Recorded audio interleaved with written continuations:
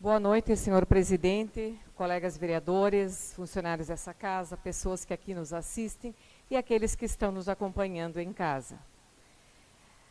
No ano passado, eu entrei com uma indicação ao Executivo sobre a questão de vagas de estacionamento para idosos.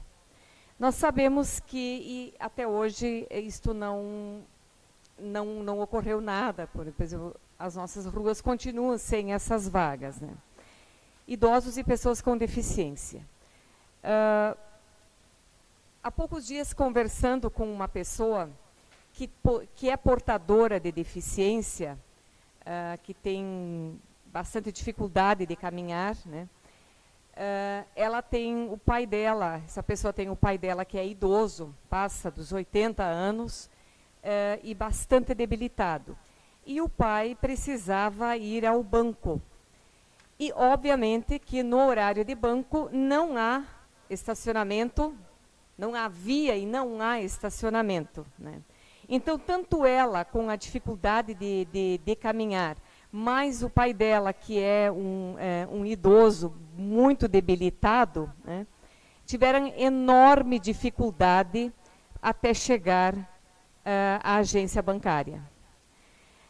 A gente sabe que as vagas de estacionamento são raras, né? É difícil conseguir uma vaga. Mas também sabemos que nós precisamos tornar a cidade cada vez mais humana, de maneira que essa cidade possa atender bem, acolher bem e cuidar também das pessoas que aqui vivem. E aí, uma vaga de estacionamento para idosos e pessoas portadoras de deficiência, em frente à agência de banco, órgãos públicos, que são muito frequentados e que são necessários, né, para todos os cidadãos, acho que é uma reivindicação justa, muito justa. Porque nós sabemos que o número de idosos vem aumentando a cada ano que passa.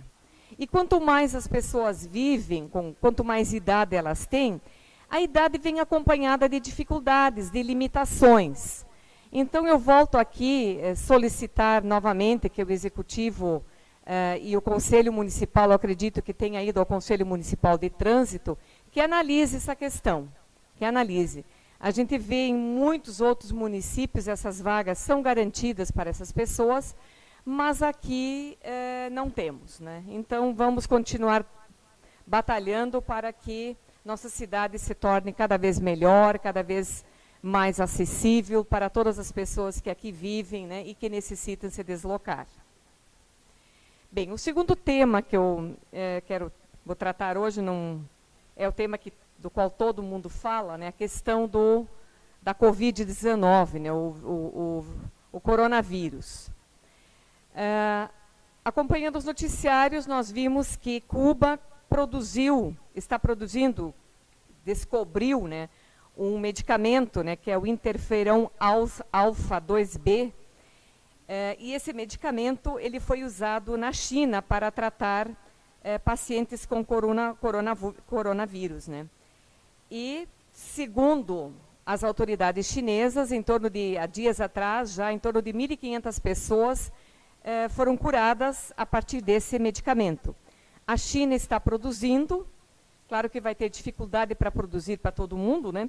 Mas cerca de 15 países já manifestaram interesse de compra, querem comprar, né? O que é esse interferon alfa 2B?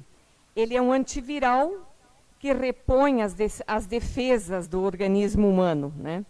O interferon é um produto terapêutico, ele não é uma vacina. E fabricado na China, então, para facilitar esse tratamento. E lá na China, ele foi aplicado através de nebulização, que é uma via rápida de chegada aos pulmões. E no Brasil, o vírus está se espalhando muito rapidamente. Tomara que não chegue até aqui, mas nós temos que estar preparados. E o nosso sistema de saúde, eu tenho dúvidas que vai ter condições de, praticamente certeza, a gente tem que ele não vai ter condições de cuidar dessas pessoas todas que já estão contaminadas e que ainda irão se contaminar. Porque chega um ponto em que da doença em que as pessoas precisam ser entubadas, precisam de respiradores. E não há, os hospitais não têm, o sistema não tem, enfim, é extremamente preocupante. Então, todos os cuidados devem ser levados a sério. Não é brincadeira, não. Pelo que se percebe, os países estão fechando fronteiras, a Argentina fechou fronteira, o Uruguai fechou fronteira, Equador fechou, Peru fechou fronteiras, e o Brasil me parece que ainda não. E, no Brasil, para piorar tudo, nós temos um presidente que é tremendamente irresponsável.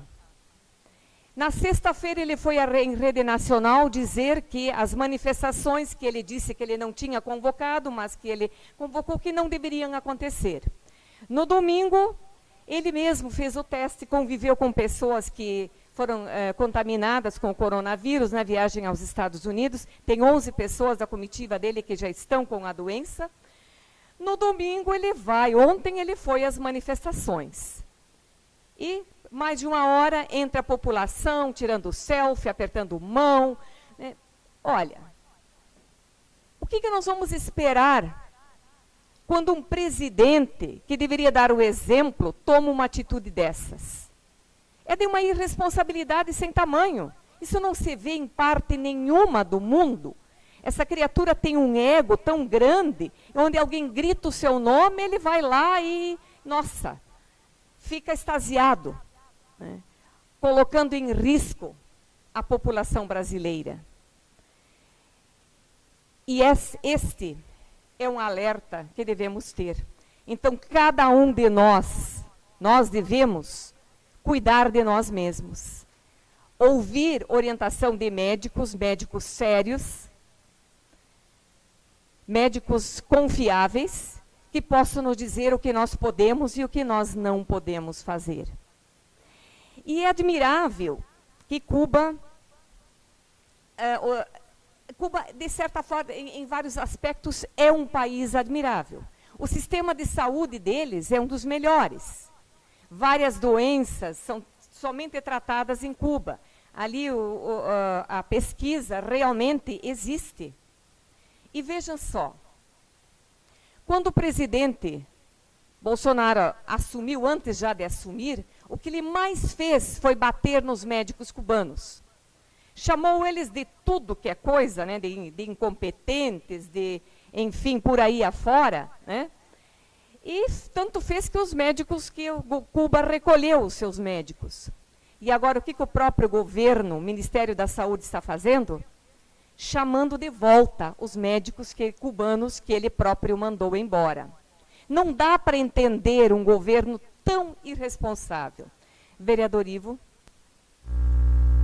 Boa noite a todos. Não, escutando a vereadora Marli, e daí fui me recordar, faz uma questão de meio ano no máximo, falando com uma pessoa que foi para Cuba, porque se tu vai fazer turismo, tu não vê a realidade. Tu vai ver a realidade se tu for por conta. Eu não vou te levar lá numa favela, coisa parecida. Mas ele estava me dizendo, porque lá vamos dizer, o que é mais famoso é o charuto, né? E aí ele estava me dizendo que aonde se planta fumo, durante 8 anos não se planta coisa de comer. Querer plantar ramo de mandioca, braço de batata doce e assim por diante, né? E daí a gente vê o quanto eles se preocupam com a questão da saúde. Aqui é tirado o fumo e se aproveita daí o veneno para plantar outra coisa em cima. Então a gente fala da água, fala do ar, né? Mas a produção também tem muito culpa desse tipo de coisas que vem surgindo, até inclusive, né, o câncer. Obrigado. Sim, sem dúvida, vereador. É claro que Cuba tem lá seus problemas, como todos os países têm, né? Mas em Cuba, por exemplo, o sistema de saúde é altamente eficiente. Praticamente não há analfabetos, não tem crianças de rua, não tem pedintes, não tem essa pobreza extrema, ninguém é rico, mas é uma sociedade mais igualitária. Interessante, os índices de violência são baixíssimos, né? Não há drogas, não há tráfico de drogas, né? Então é um país realmente diferente. E essas qualidades precisam ser reconhecidas, né? E não dá para acreditar em tanta notícia, é impressionante como os meios de comunicação, as redes sociais, são disseminadores de falsas notícias, e não há quem, não falte quem acredite, né? Muita gente acredita nisso, né? Mas o próprio presidente, ele chamou os médicos cubanos de guerrilheiros, né? E que teriam vindo ao Brasil fazer doutrinação. Ora, quem conheceu os médicos cubanos, e vários trabalharam aqui em Três Passos, em todos os municípios da região, sabem o quanto eles são eficientes, e, enfim. Né? Inclusive, os médicos, o médico de família, que foi criado, o posto de saúde da família, que foi criado a partir da Constituição de 1988, ele teve inspiração no governo cubana. E eu me recordo, não lembro o ano, foi 91, 92, ali, e a deputada Zilá, na época, se ela era prefeita, eu acho que ela era secretária de saúde, eu lembro que nós fomos a Santo Augusto com ela. E nós fomos, quando estavam sendo implantados os PSFs, postos de saúde da família. E lá quem falou, o palestrante lá, era um médico cubano, que falava justamente do médico de família, e que dizia que nos colocava aqui em Cuba, cada 120 famílias tem um médico. E este médico visita as famílias. Ele conhece o histórico da família, ele conhece o avô, quer dizer, o neto, o pai, o avô, o bisavô, conhece o histórico, o que facilita na detecção de doenças e na prevenção de doenças. Né? E o Brasil adotou isso em parte. Talvez não tenha evoluído tanto quanto é em Cuba, mas avançamos muito. A saúde no Brasil teve grandes avanços. E agora, mais do que nunca, nós vamos precisar do SUS. O SUS, quais são os hospitais que tratam os infectados com o coronavírus? Os hospitais do SUS. Eles estão preparados e não são os particulares. Até porque pobre não vai ter como pagar um hospital particular. E aí vem outra preocupação. O congelamento por 20 anos dos investimentos na saúde. Ou o governo volta atrás, ou nós vamos ter sérios problemas, e é bem provável que muita gente morra por falta de atendimento, pelo fato de não ter recursos suficientes. Terminou o meu tempo. Muito bem, muito obrigada. Boa noite.